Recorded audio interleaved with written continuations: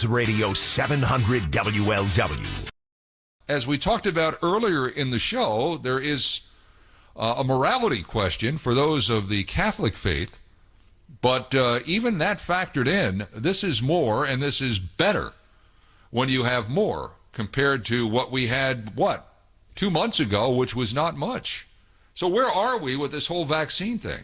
Let's bring in somebody that understands the medical community and understands the business of the medical community better than anyone I know. He is David Johnson, healthcare expert. He's got a couple of big books out. Market versus Medicine, America's Epic Fight for Better Affordable Healthcare, a book that I've read, and one that I'm going to read, The Customer Revolution in Healthcare, Delivering Kinder, Smarter, Affordable Care for All. Who would not be in favor of that? Dave Johnson, how are you on this glorious Saturday? I am great, Ken, and it's so much fun to be with you again. I loved your summary of where we are with the J&J vaccine. Let's talk about that for just a second, because when it was in development, its efficacy number was not as robust as Pfizer or Moderna. If you're just an average American, and I don't think you can choose what you want, or if you can, it's in a very limited sense, why would you choose this vaccine, or why would this vaccine be comparable to Pfizer or Moderna, whose efficacy rates are well into the 90%? Right. In the overall effectiveness category, Moderna and Pfizer are in the 95% range, and as you said, J&J's vaccine is in the 70% range. Although no serious hospitalizations or deaths associated with it, so that's really impressive. Johnson & Johnson also did its trials later than Pfizer and Merck, and probably had a population that had more of the new variants in it. So it's not a completely apples to apples comparison. The other thing is, the 12-0 vote by the FDA is really impressive, and I know what impressed them relative to Pfizer and Moderna is how strong the one dose is, really to the point where they don't think you need a booster shot, and that's the second dose with Pfizer and Moderna is the booster shot. The only other thing I'd add to your summary, Ken, and this is terrific news, is the agreement with Merck to help Johnson & Johnson to produce more of these vaccines, really using the National Defense Production Act. So really a great thing for the country that Merck is stepping up to get these out to the marketplace. And I'd emphasize what you did, too, is the flexibility of this drug and what it gives to the public defense arsenal is just really a new tool that you can take to hard-to-reach populations. And I don't know this for sure, but my guess is that's probably how they're targeting it, will be to go at those groups that otherwise might not get vaccinated at all. So it's a really positive development. I don't want to – you just said something I think that was very important. I don't want to let it slip by. When the J&J vaccine was approved on Sunday, they had basically 4 million doses, and they said it may be – difficult to get more produced before April, but this sounds like if there is indeed this cooperation, is it with Moderna? They're actually going to help them produce this, or did I hear you say Moderna? No, Merck. I'm sorry. The big New Jersey-based pharma company. Okay. They're huge. So right? that's good. I mean, that's good if they're going to crank. If why wouldn't they if they could? But that's good news for everybody here, right? Right, exactly. And I got to believe Moderna is building extra factories and cranking out their vaccine as fast as humanly possible, because they get paid for every dose, right? So why not? After all, it is capitalism. Let's not lose sight of that. I got my first vaccine 10 days ago. I'm supposed to get my second in another 10 days, a week from this coming Wednesday. There's a lot of anecdotal evidence out there that the second vaccine you get from either Pfizer or Moderna can really knock you on your rear end. And then I also heard it also depends on how old you are. If you're older, maybe not so much because your immune system is not as robust naturally as it is when you're younger. What are you hearing, particularly for people that are like me, they're waiting to get that second dose, and the first one wasn't all that bad? Yeah.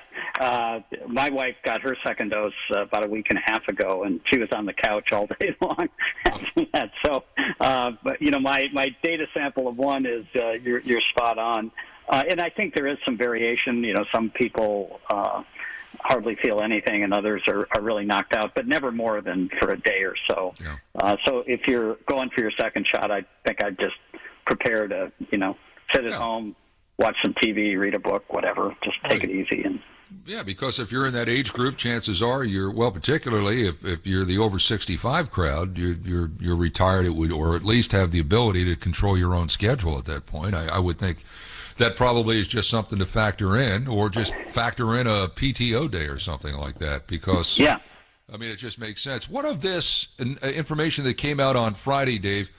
After research showed that some vaccines provide strong one-dose protection, and that one of the vaccines can now be stored in a normal freezer instead of the ultra-cold ones. The vaccine developed by Pfizer and BioNTech generate immunity, according to this Wall Street Journal story, after one dose.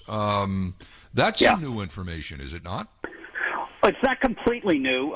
Great Britain has only been they've been using all of their available supply to give as many people the first dose as possible, so they aren't really worried about the second dose. And it's really like J&J, too, is that you get a lot of immunity with the first dose of Pfizer and Moderna, not as much as with J&J, and the booster shot gets you to 95.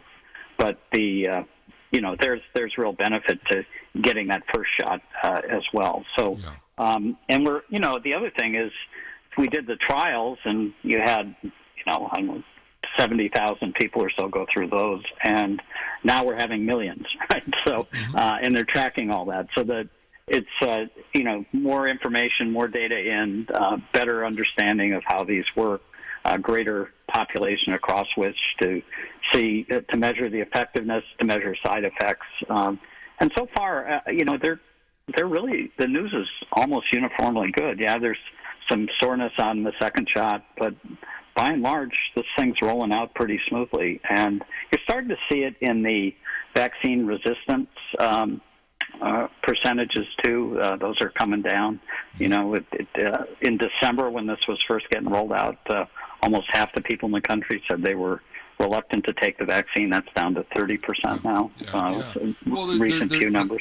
I'm sure you saw it, a doctor at Johns Hopkins a couple of weeks ago said that if you really take all the permutations and apply it, I forget what his factor was, that we're really about at 55% herd immunity right now between who's vaccinated, the antibodies from people that have been infected, some of whom didn't even know. They just thought maybe I'm having a bad day. And if indeed we're moving or have to move to 70% herd immunity to get back to some semblance of normalcy, we're within firing range of that right now.